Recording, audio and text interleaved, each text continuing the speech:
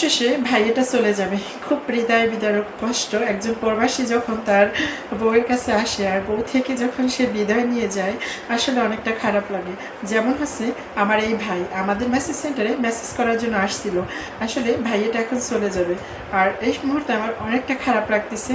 তো আসলে ভাইয়া আপনার অনুভূতি কি একটু বলেন।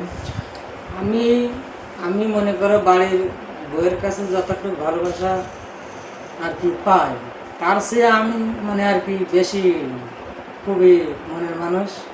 আপু আপু খুব মনের মানুষ, বা মানুষের ভালোবাসা আসলে উজাড় করে দিতে পারে, এটা আমি আজকে বুঝলাম।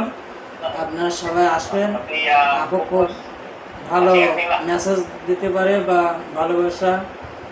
টাকা পয়সা নিয়ে কোনো সমস্যা থাকা না না না, ওটা ওটা বড় কথা না।